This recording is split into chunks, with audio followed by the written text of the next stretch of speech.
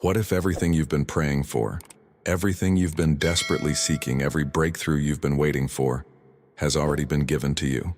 What if the reason your prayers feel unanswered isn't because God is distant, but because you're asking for something that's already yours? I know this sounds impossible, maybe even offensive to some, but stay with me for the next few minutes because what you're about to discover has the power to completely transform how you understand faith, prayer, and the very nature of God's provision in your life. When Jesus uttered those three final words from the cross, "It is finished," most of Christianity heard an ending. They heard defeat, tragedy, the last gasp of a dying man. But what if we've been getting it wrong for 2,000 years? What if those words weren't about death at all, but about revelation? Smith Wigglesworth, one of the most powerful men of faith in modern history, understood something that most believers completely miss. He discovered that Jesus wasn't announcing the end of his life, he was declaring the completion of something far more profound. Has this ever happened to you? You pray with all your heart for healing, for provision, for a breakthrough in your circumstances, yet nothing seems to change. You wonder if God is listening, if your faith is strong enough, if maybe you're doing something wrong. You add more prayer time, more fasting, more confession, more spiritual warfare, and still, the answer feels just out of reach. What if I told you that the problem isn't your lack of faith or your technique? What if the real issue is that you're trying to create something that already exists? Think about this for a moment. Smith Wigglesworth didn't heal thousands of people by begging God to do something new. He didn't manifest miracles by working harder or praying longer. He operated from a completely different consciousness, one that understood that in spiritual reality, everything is already complete. Every healing, every provision, every solution to every problem you face was finished 2,000 years ago. Not in some distant heaven that you have to reach, but in the eternal now of God's reality that exists right where you are at this very moment. This isn't positive thinking or mind games. This is something far more powerful, something that will challenge everything you thought you knew about prayer and faith. What you're about to discover might surprise you, but more importantly, it might finally set you free from the exhausting cycle of spiritual striving. Because when you truly understand what "it is finished" means, when you grasp the depth of what Smith Wigglesworth discovered through decades of walking with God, your entire approach to faith transforms. You stop trying to convince God to do something, and you start recognizing what God has already done. So let me ask you again, what if your breakthrough isn't something you need to create, but something you need to see? Imagine this scene for a moment. You're standing in the middle of a flowing river, crystal clear water rushing all around you, touching your ankles, your knees, your waist. The current is strong, the water is pure, and there's more than enough to satisfy any thirst imaginable. But here's the shocking part. You're dying of thirst. Your lips are cracked, your throat is burning, and with your last breath you're crying out to heaven, "God, please send me water, I'm desperate, I need water now." Can you see the tragedy in this? Can you feel the absurdity? Yet this is exactly how most of us approach prayer and faith. We're surrounded by the very thing we're begging for, completely immersed in divine provision, yet we can't see it because our mindset is locked into a consciousness of lack. But before we begin diving deeper into this revelation, please hit the like button and let me know where in the world you're watching from today. It's always fascinating seeing who's joining us from around the globe. And if you haven't already, make sure to hit that subscribe button and turn on the notification bell so you don't miss any of our future videos. This is the hidden truth that transformed Smith Wigglesworth's entire ministry and shifted the trajectory of countless lives. The real journey isn't about getting God to move. It's about opening your eyes to see what God has already established. Every financial breakthrough you're praying for exists right now in spiritual reality. Every healing you're seeking is already present in the divine consciousness that surrounds you. Like water surrounds someone standing in a river. The problem has never been God's willingness or your worthiness. The problem is awareness. The problem is recognition. You're asking for something to be created when the real transformation happens the moment you realize it's already here. Now, most spiritual teachers will tell you exactly the opposite. They'll say you need to pray harder, fast longer, declare louder, visualize clearer, raise your vibration higher. They'll give you 10 steps, 7 keys, 40 days of breakthrough protocols. And I'm not saying those practices are bad, but what if they're all based on a fundamental misunderstanding? What if all that effort, all that spiritual striving, all that exhausting work to get God to move is actually keeping you from experiencing what's already been given? This is where Wigglesworth made a discovery that revolutionized everything. He realized that spiritual work isn't about doing more. It's about letting go of the belief that anything needs to be done at all. Think about the implications of this for your life right now. All those nights you've stayed up pleading with heaven. All those tears you've cried wondering why your prayers seem to hit a ceiling. All that frustration asking yourself what you're doing wrong. What if none of it was necessary? What if the finished kingdom has been right in front of you this entire time, and you've been trained to look past it, searching for something in the distance that's actually at your feet? This isn't about positive thinking or pretending your problems don't exist. This is about a fundamental shift in consciousness, a complete transformation in how you understand God's nature and how divine provision actually works in your life. The impact of this revelation doesn't just change how you pray, it changes how you live, how you make decisions, how you face challenges, and how you see yourself in relationship to the divine. Now I want to go even deeper into this revelation because understanding the water metaphor is just the beginning. When you truly grasp what it means that the kingdom is already finished, when you stop trying to earn or attract or manifest what's already been given, something profound happens in your spiritual experience. Write in the comments, "I'm ready to see what's already mine." Let me paint a real-world picture of what this looks like in practice. You wake up one morning and the financial crisis you've been dreading has finally arrived. Maybe it's an unexpected bill. Maybe you've lost your income. Maybe the numbers in your bank account are screaming impossibility at you. The panic hits first, that tight feeling in your chest, the racing thoughts, the overwhelming fear, and immediately, almost instinctively, you drop to your knees and start praying. But here's what happens in most cases. That prayer comes from desperation, from lack, from a place of begging God to create something that doesn't exist yet. You're asking heaven to send provision, to open doors, to miraculously make money appear. But what if that entire approach is backwards? If this resonates with you, hit that subscribe button.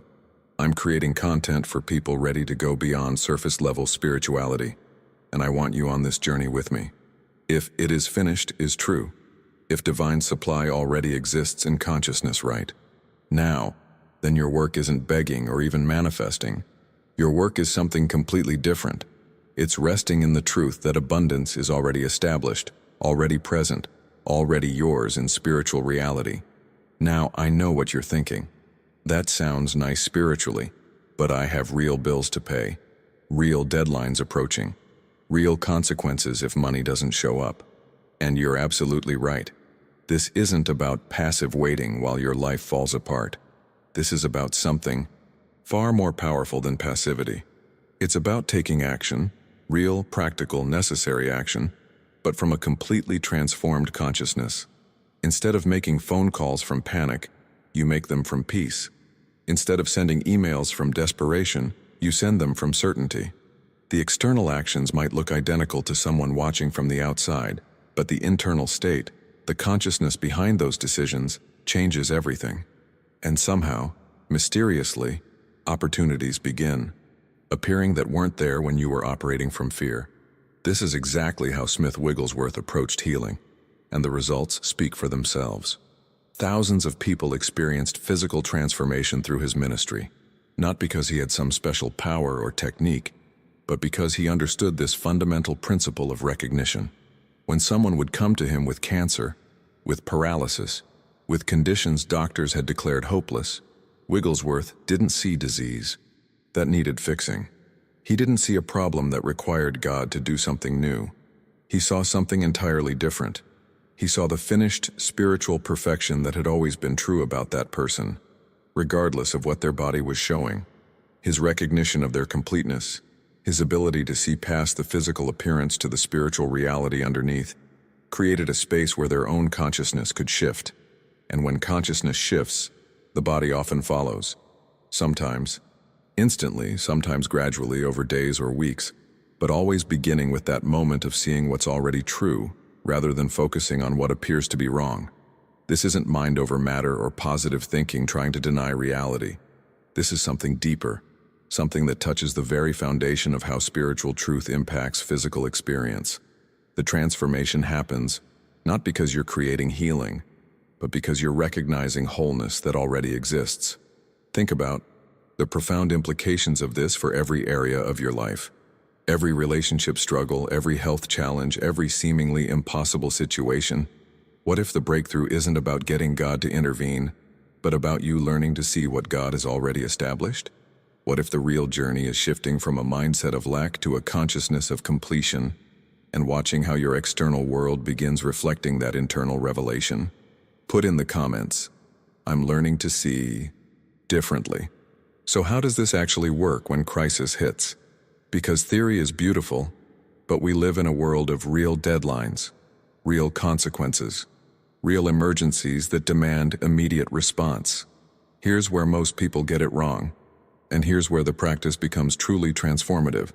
Your first instinct when a problem appears is to immediately start problem solving, analyzing, planning, praying desperately for change. But what Smith Wigglesworth taught challenges that entire automatic response. He said your first response should be silence, not the silence of confusion or helplessness, but the silence of recognition. Before you do anything else, before you make a single decision or take any action, you stop. You sit quietly, and in that stillness you acknowledge something that seems impossible to your logical mind. In spiritual reality, this is already finished. God's work is complete. What appears as a devastating problem is only your limited perception of something already resolved in divine consciousness. Now here's the part that makes this practical rather than just philosophical. You don't need to feel this truth emotionally when you start. You don't need to believe it with absolute certainty. You simply acknowledge it mentally, repeatedly, consistently, until something shifts inside you. This is the hidden truth behind every breakthrough story you've ever heard. There's always a moment where consciousness transforms before circumstances change. Let me show you what this looks like in a real person's life. Because without concrete examples, spiritual principles can feel disconnected from the messy reality we're actually living in. Sarah was a single mother with 3 children, and she was facing the kind of emergency that keeps you awake at night in cold panic. Eviction. $72 in her bank account. No immediate prospects.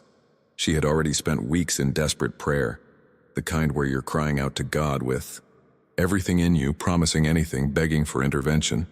Nothing changed. The eviction date kept approaching like a freight train, and heaven seemed silent. Then someone shared Wigglesworth's teaching with her about, "It is finished," and honestly, her first reaction was anger.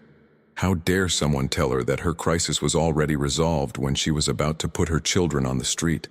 But desperation makes you willing to try anything, even something that sounds crazy. She started practicing what she'd learned. Every morning before the panic could fully set in, she would sit in silence, not praying for help, not begging for provision, just sitting there acknowledging that in spiritual reality, her supply was already complete. The first week was torture. Her mind screamed that she was wasting time, that she should be doing something productive, that this was ridiculous. But she kept showing up to that quiet recognition. Gradually, almost imperceptibly, something began shifting. Not in her circumstances. The eviction notice was still real, the bank account still nearly empty, but in her internal state. The panic started loosening its grip. A strange certainty began growing underneath the fear. She still took action, still applied for jobs, still made necessary phone calls, but she was doing it from a different place inside herself. And then, in the 3rd week, something remarkable happened. A former colleague she hadn't spoken to in over a year called out of nowhere with a job opportunity. Perfect timing, perfect salary, exactly what she needed. Coincidence? Maybe. But the breakthrough came only after her consciousness had transformed from desperation to quiet knowing. Type in the comments. Transformation happens inside first. Sarah's story is powerful, but you might be thinking, okay, that worked for a job situation, but what about something more serious? What about physical suffering that won't go away no matter how much you pray? That's Exactly where Marcus found himself. 8 years of chronic pain following a car accident. 8 years of waking up every single morning to agony that dominated his entire existence. He'd been through multiple surgeries, each one promising relief, each one providing only temporary respite before the pain returned with a vengeance. He tried everything: prayer circles, healing ministries, medical specialists, alternative treatments. Some things helped for a while, but nothing lasted. The pain became his identity, his constant companion, the lens through which he experienced every moment of every day. When Marcus first encountered this teaching about recognizing completion instead of seeking healing, he was skeptical to the point of cynicism. Years of disappointment had built thick walls around his hope, but there was something about the approach that was different from everything else he'd tried. This wasn't about begging harder or believing stronger or finding the right formula. This was about a fundamental shift in perspective, a transformation in how he understood his relationship to physical reality. So he started practicing, not because he believed it would work, but because he literally had nothing left to lose. For 6 weeks, Marcus sat in that silence, acknowledging that in God's reality, his body was already perfect and whole. He didn't pretend the pain wasn't there. That would have been denial, not recognition. He acknowledged the pain as a limited perception of something already resolved spiritually. The first weeks were brutal. His body still screamed, his mind still doubted, nothing seemed to change. But he kept showing up to that practice of recognition, kept resting in the truth that spiritual wholeness was already his. Then, around week 7, something remarkable happened. He suddenly realized he'd gone 2 entire days without consciously thinking about the pain, not because it had dramatically decreased, but because his attention had shifted. Over the following months, the intensity continued dropping. 6 months later, the chronic pain that had defined 8 years of his life was completely gone. His doctors had no medical explanation for it, but Marcus understood perfectly. His consciousness had shifted, and his physical experience aligned with that internal recognition. But what about relationships? What about the emotional devastation of a marriage falling apart, where both people are involved, and you can't control the other person's choices? Jennifer and Robert were facing exactly that nightmare. 19 years of marriage unraveling, resentment so deep that simple conversation had become impossible, divorce papers actually being prepared. Neither wanted this ending, but both felt trapped in a toxic pattern neither knew how to break. Jennifer discovered this teaching almost by accident through a friend, and something about it resonated despite her skepticism. She began practicing alone, in secret, not telling Robert what she was doing. Every time anger or hurt rose up toward him, she would pause and silently recognize that in spiritual truth, love was already complete between them. Not the wounded human love they were currently experiencing, but the finished nature of divine love itself. She didn't see immediate results. For 3 weeks, absolutely nothing changed in their interactions. But then Robert started noticing something different about Jennifer, though he couldn't identify what it was. The atmosphere between them began softening almost imperceptibly. Conversations happened instead of arguments. Over 7 months of Jennifer's consistent practice of recognition, they rebuilt their marriage, not by fixing what was broken, but by recognizing completeness that had always been true underneath the surface damage. The impact of one person's shifted consciousness transformed both their lives. Write in the comments, one shift changes everything. These stories aren't random miracles or exceptional cases. They're the natural result of specific practices that anyone can learn and apply. Smith Wigglesworth didn't stumble into this consciousness by accident. He developed it through deliberate, consistent practice over years. And the beautiful thing is, he taught others exactly how to do the same.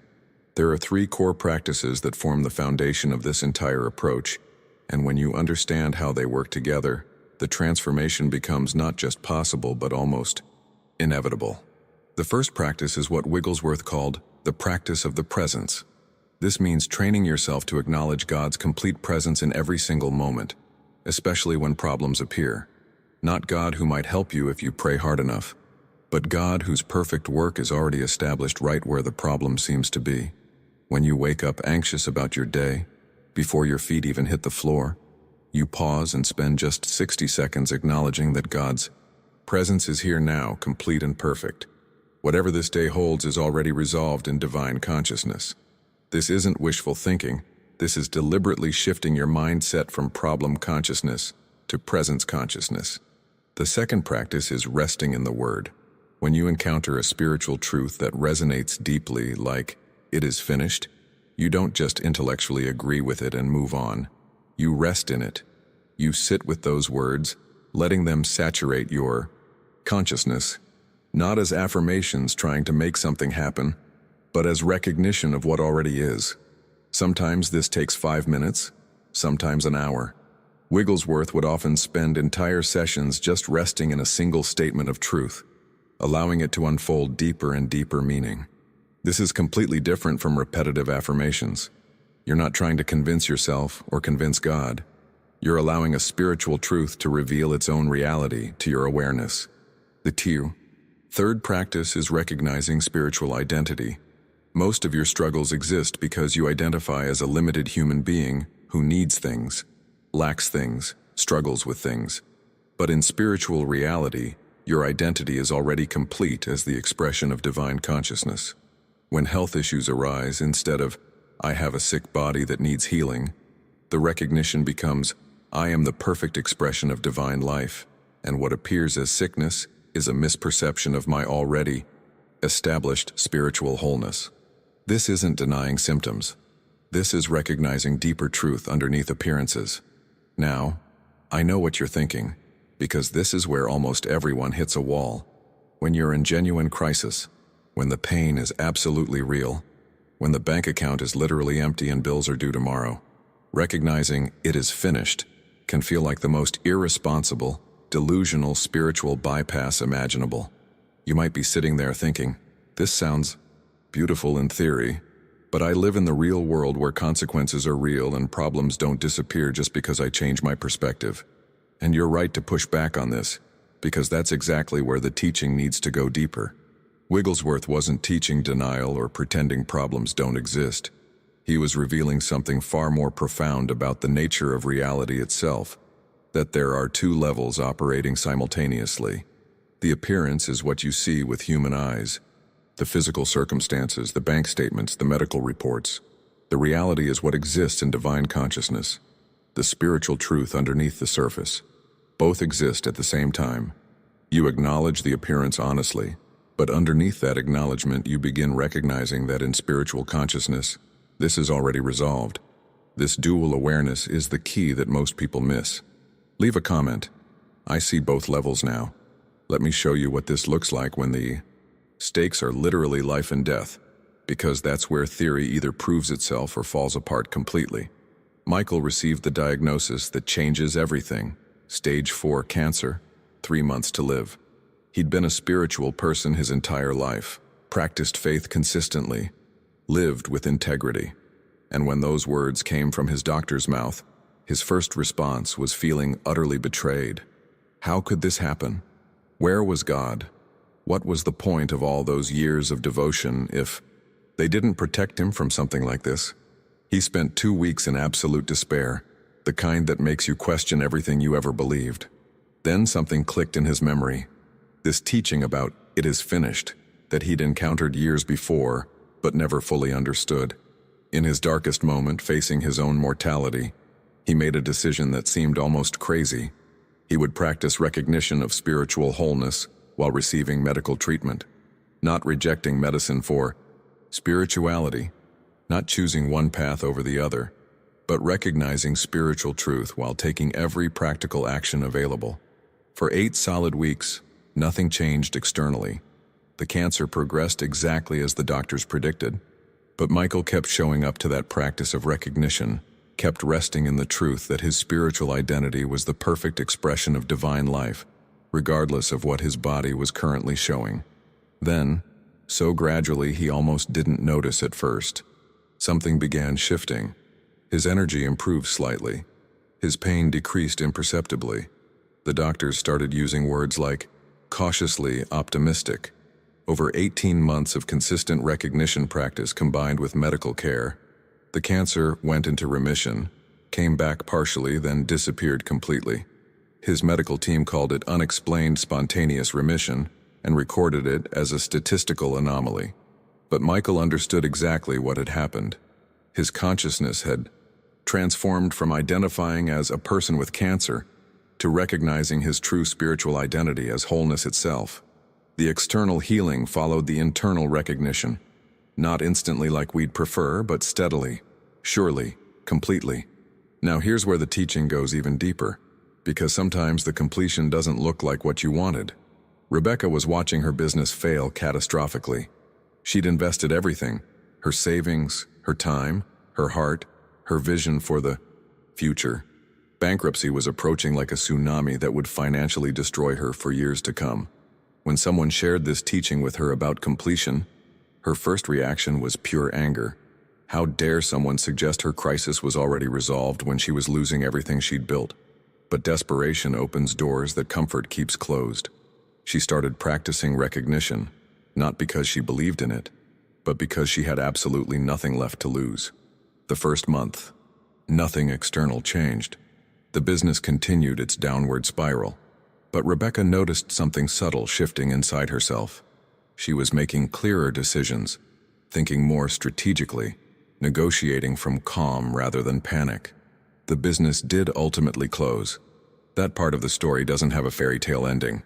But through the process of recognizing completion, she preserved enough to start fresh, avoided total devastation, and discovered something far more valuable than saving. That particular venture. 2 years later, she built a different business, one more authentically aligned with who she actually was, rather than who she thought she should be. The revelation she received through that failure transformed her entire approach to life and work. Completion doesn't always mean getting what you want. Sometimes it means recognizing divine wisdom, orchestrating your journey even through apparent failures and devastating disappointments. Type in the comments, even failures. Serve completion. What happens after months or even years of consistently practicing this recognition? Because that's the real question nobody wants to ask, but everyone needs answered. Is this just a temporary high that wears off? Or does something genuinely permanent shift in how you experience life? Here's what I've observed in people who've walked this path long enough. And here's what Smith Wigglesworth himself demonstrated through decades of living from this consciousness. Something profound begins happening that you can't quite put your finger on at first. You stop automatically dividing your life into problems and solutions. You stop waking up with that underlying anxiety about what needs fixing today. You start experiencing life itself as the continual unfolding of something already complete, something already whole, something already finished. This isn't a belief system you're holding on to or a doctrine you're defending. This becomes the actual consciousness you live. From the lens through which you naturally see everything, you still face challenges. Let's be completely honest about that. You still encounter difficulties, disappointments, losses, frustrations. But here's what changes. They don't devastate you the way they used to. A financial setback that would have sent you into 3 weeks of panic now registers as a temporary inconvenience that you handle with relative calm. A health scare that would have spiraled you into existential crisis now becomes something you address practically while maintaining inner stability. Loss still hurts, rejection still stings, failure still disappoints, but none of it destroys you anymore because your identity isn't tied to circumstances.